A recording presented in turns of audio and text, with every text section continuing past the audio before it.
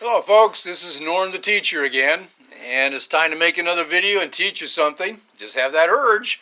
And this video is going to be about the 1991 Mazda 626 2.2 liter engine.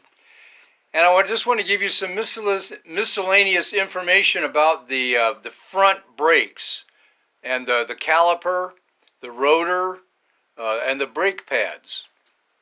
Just some miscellaneous information to pass on to you that may help you out if you're working on one. Here goes. I'm filming with two cameras, so I have to move around a lot to get everything in one camera, or everything in both cameras. The first thing I want to show you is the caliper itself. If you, and that's this device right here that clamps around the rotor. And there's brake pads in there, and when you brake, they squeeze together and the pads stop the rotor from turning. Okay, when you want to change the brake pads, you do not have to take the entire caliper off. I'm going to show you that here in a minute, but you do not have to take the entire caliper off. All you have to do is undo one 14 millimeter bolt, which I've already loosened right here. Get my other camera there. And right there.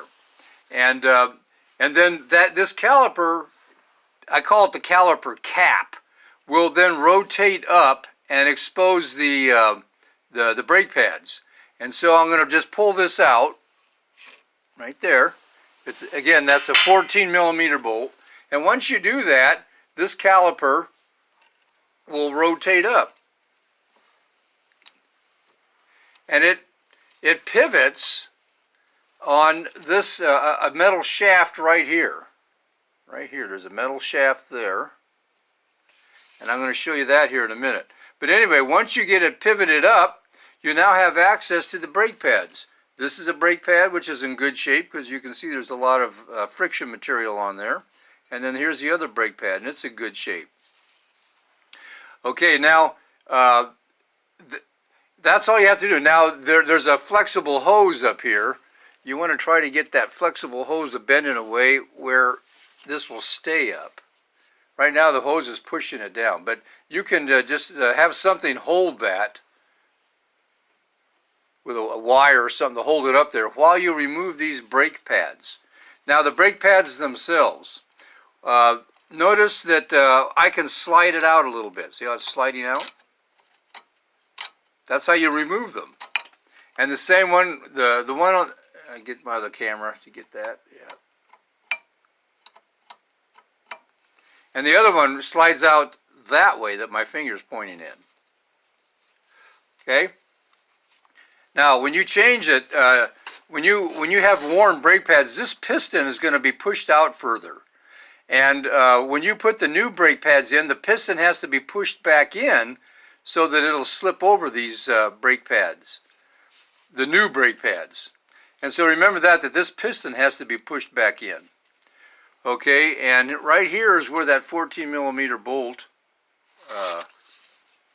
was fastened. My other camera get that right here. It's the 14 millimeter bolt. Okay, now while I have this, okay, I'm going to take this off. Now, if let's say you do want to remove this cap, okay, here's what you can do. Where it pivoted, you can see where it's pivoting right there.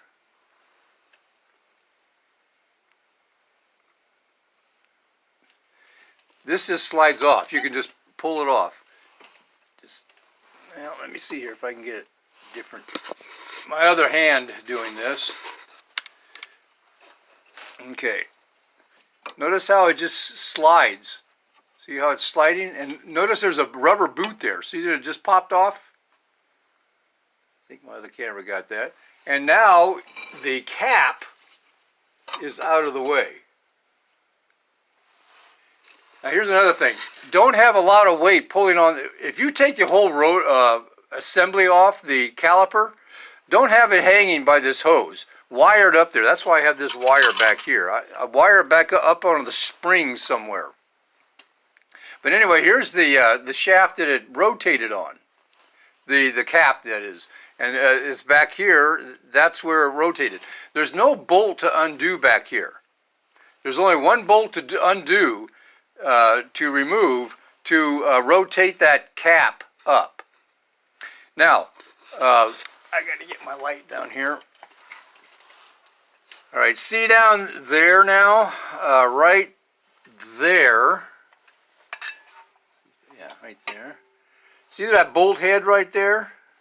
See if I can get my finger on it so you can see it. Yeah, right here. That's a 17 millimeter bolt. And then there's another one down here, a 17 millimeter bolt. You can't see this one when the cap is on. But you can see this one when the cap is on. Okay, if you want to remove the entire caliper, then you have to remove these two 17 millimeter bolts. And I have done that also. I have removed, I'll tell you what, I'm going to try to get this on camera. So anyway, you see where they are, here and here, down below. But when the cap's on and you're looking down, you cannot see this one. But with the cap off, you can. Okay, I'm going to mount my light back up here on my mount. And I'm going to try to show taking this whole caliper off. There's one 17 millimeter bolt.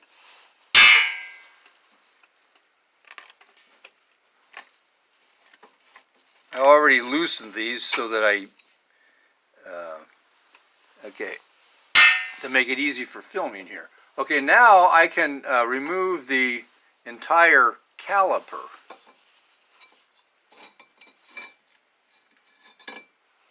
Right there. See? And now the entire caliper is off, and that's what it looks like out without the cap on it. And then here's the cap, and that's where this is the steel pin that the cap was rotating on. And now that fully exposes your rotor. Now a little bit about the rotor. If you want to remove your rotor, I removed this rotor, and it'll come off very easily because I've spent 2.5 days, and I mean full 2 days and then another half day with WD-40 and pounding on the back side of the rotor to get this thing off. But if it's new and there's no rust, it pulls off this easily. You know, you don't pull on the lug bolts, you pull on the rotor. Oh, I can't do it right now. Here's why I can't do it. I have two screws in here. See this screw here? That screw head? And then there's a, if I turn this, there's another one. Okay, the purpose of those two screw heads is when you have the caliper off, this thing stays put. Because if this thing is loose and greased well and brand new, it'll come off very easily. But matter of fact, maybe I can, this is not the right size of a Phillips, but because this is so loose, I might be able to pull this off. Yeah, I'm going to undo this screw. This is not the right, you need a much bigger Phillips head to undo these. But because I've got them so loose, I can use one that's not the right size. And you might have to use an impact wrench to get these out. An impact wrench is where you... Okay, it's out. Now, notice that without those two screws, this is wobbly. That's the whole purpose of those two screws, is just to hold that in place when you take your tire off and the caliper's off. It just doesn't fall off. Now notice how easily it comes off. And the rotor's off. Set that down right there, and there's the rotor. Okay, here's some questions you may have.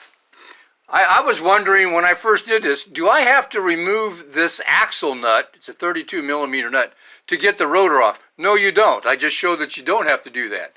But if you want to remove the bearing assembly of this, then you do. But And that's a Bearcat. I still have not broken that loose. Been able to break that nut loose. And so I eventually will, but I'll do a video on that when I do.